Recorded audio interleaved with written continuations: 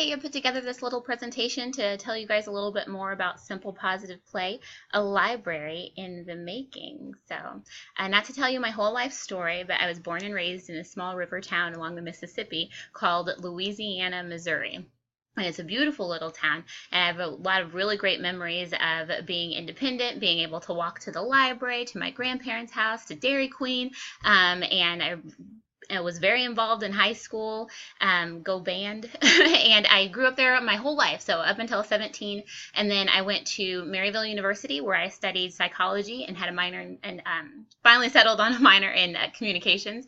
I spent my summers on Nantucket Island, which had a great influence on me. I was able to witness firsthand how complicated it is to run a small business and how there's so many different working parts to it, because I worked on the wildflower farm and helped participate in a number of projects, whether it was landscaping on different sites or it was, helping to sell things at the nursery or in the shop that we had available, helping with teas in the garden, and my favorite was always selling cut flower bouquets on the streets of Main Street in the emerald green Chevy named Charlene. So another big influential part of my coming up with what I wanted to do for a career was an internship in New York City, where I had the opportunity to work for Focus Features, and I was able to go see films and really experience stories in filmmaking in a way that I hadn't been able to do before. And then after a couple of years, my daughter Isabella was born. That's the same time that I started working for the St. Louis County Library. And then I got married, and I started grad school, and that very same year, Simple Positive Play was started. So why did I decide to create this thing? Young people don't always have access to positive choices. And I feel like this leads to sex, it leads to drugs, and it leads to all sorts of not as positive decisions that we can make. So another thing that prevents us from having access to some artistic materials or artistic experiences or more positive choices is the money aspect. A lot of experiences cost, or you have to drive, which costs gas and time and that sort of stuff, and it's just not as readily available. So I feel like I had also seen an article around the time that I started Simple Positive Play about a major drug bust that happened near my hometown, and I thought, I wonder how much easier it is to get access to drugs and stuff versus being able to have access to books and art supplies and positive cultural experiences. And then family life. We strive to succeed, right, and to make things happen. And so sometimes our family life, we don't include time to play, or we don't have the luxury of being able to take that break. And so by making it easier to have access, and then maybe more families can participate together as a whole.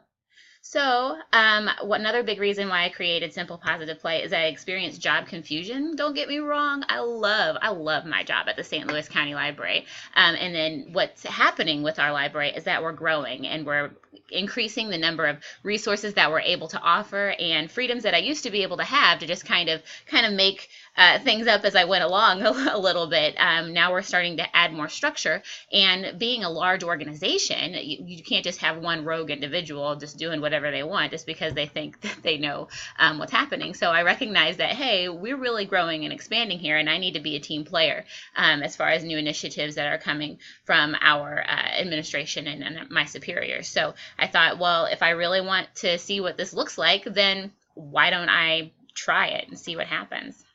So I also say noticing areas for improvement and the inability to get buy-in. And I think that kind of relates to my communication style, and it has helped me to grow and to kind of push myself to be able to communicate my ideas in a much better format. And so again, realizing that something's not right. What can I do to fix it or to have more control over how I feel?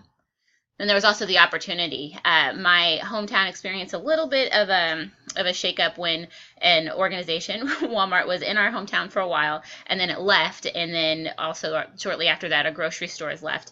And I felt encouraged to pursue just starting my own business and to see what that looks like. And I was inspired by the opportunity that was now available in Louisiana for different organizations and companies to capitalize on the fact that that certain resources weren't as readily accessible to that community. and also graduate school, which put me in touch with a lot of cool people and a lot of really great resources that helped me push into say, well, why not? Why not try it and see what happens? If all else fails, it's a great story. So one of my professors is Professor Lankus, and he talks a lot about how there's a difference between a library and librarians, that a library can keep you from the elements. You're cold in the summertime and hot in the wintertime, but it's the librarians that are inside that really have a power to engage with the community. So the mission of librarians is to improve society through facilitating knowledge creation in their communities. And I could get behind this because Dr. Lankus also hosted a MOOC, a massive open online course that I took part in before I even applied to Syracuse University. And so by going through this course and the promise of paying my graduate application fee if I did well, it was a great motivator in me selecting to go to grad school and to Syracuse in particular. In another class, we had to develop a mission statement, and I said that my mission as a youth services librarian is to reinforce connections between individuals, organizations, and information resources by developing an inclusive environment and engaging in community dialogue concerning child and adolescent development and education. So I know it's a mouthful, but it's kind of, I can believe in all of those phrases and all those things, and I can do that whether I am working on my own or whether I'm working for an organization, or just as a community member, as a mom, as a parent.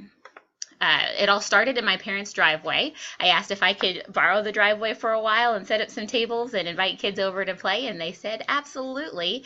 And then my parents' driveway in Louisiana, Missouri. And then an artist her name is KP, or Kristen Powers, she owns The Moon and the Maker, and she said, hey, that's not a bad idea. I've got some space back here. Do you want to use it to be able to invite kids to come in and play?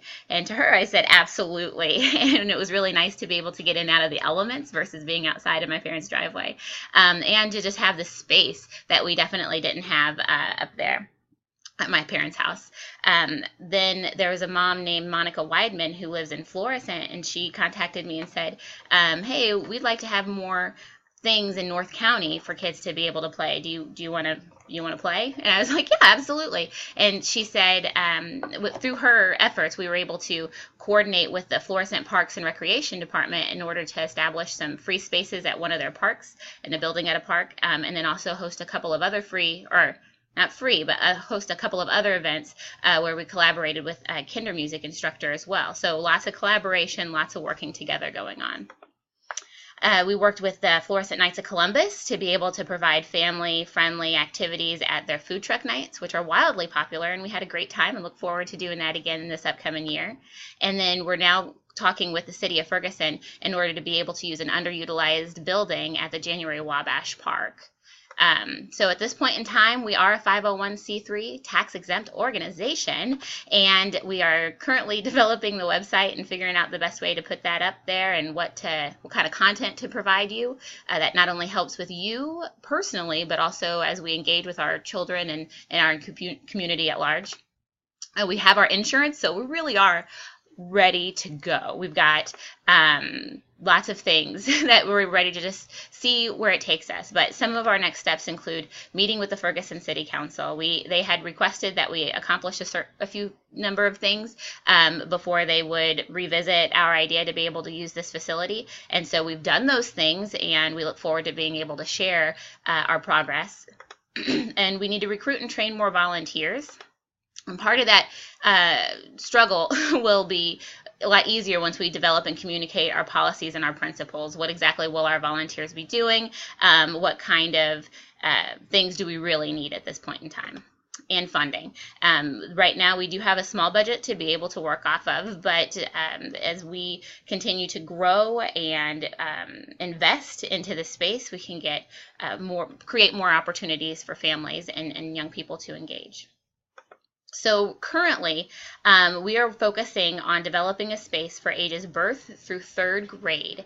And right now it all exists in pop-up scenarios, whether we pop up at the food truck nights or in my parents' driveway or in an art studio, or even at our Color Fest in Louisiana. So we just kind of try to find wherever we can in order to be able to implement a little bit more playful activities. And in the future, we hope to have a more permanent space by having January Wabash Park to be able to work with and to play with is wonderful, and to try to establish something there, and then hopefully we'll be able to get bigger spaces, larger spaces, and include a lot more age groups and activities within the organization. The collection, right now we've got a selection of picture books, and I've got lots of toys from Play-Doh to paper bags, googly eyes to Chanel stems, and just an assortment of your arts and crafts based sort of supplies. And of course we have our books, our collection. And then other parts of our collection, we do have a small, like, techie side to us so far, and that includes having little bits, which are connectors to learn about, how electricity works. And then I've got some LED lights and some batteries and some a Makey, which is another way to learn how to code and to make stuff happen on the computer. Then my asks when I gave this particular presentation, which was just this past weekend on January 2nd, and today is January the 4th, I asked, would you consider being a volunteer? What does volunteering entail? What does volunteering entail? So at this point, we really want people to be able to be a friendly face, to be able to open up the facility, and to be able to monitor to a degree how kids are engaging with the space. Our main goal is to get it to where parents and children engage together. And so how do we help facilitate that sort of engagement when people might not be so used to doing that? What hours will we be open? It's all contingent on who says they'll help us, but we're hoping to get some early morning hours, and also some evening hours. So what kind of commitment is this? We want to just make sure that we're all honest with each other. We don't want people to overcommit. We don't want it to be a burden. And then that also comes back to us on what can we do in order to make this an asset to your life as a volunteer, because you're helping us. And so we can come up with a mutual beneficial situation. And then we also asked everybody for general feedback. And this was fantastic because people gave us a lot of feedback as far as different funding sources that they were aware of, from the Paint for Peace in Ferguson to the I Love Ferguson organization to Regional Arts Commission, and all sorts of different other St. Louis-based, Ferguson-based, North County-based initiatives that are taking place at this time. And what I got out of that too was that we really are going to need to establish more of what our expectations are and what we need to be able to help get more buy-in from our community. But it was wonderful. We had so many people that showed up, about 20 people, and that includes the children, which also makes me very excited. To be able to come in and listen, and many people who said that they were sorry that they weren't able to come in. So I'm hoping that this video helps tell you a little bit about what's going on. I could talk about this for days, honestly. So I'm hoping to create more videos, or to create a newsletter of some sort to be able to keep you kind of aware. And of course, we always invite your feedback and your constructive criticisms about what we're doing with Simple Positive Play, and your insight, because the whole idea is I can't run it all by myself, and I haven't at this point, with my parents' support, with parent support, and other people who have brought ideas to us. So any feedback that you have, no matter where you are, I'm definitely interested, as long as it's constructive criticism. And then thank you. This is me with my public library little sign in my hometown. I love it.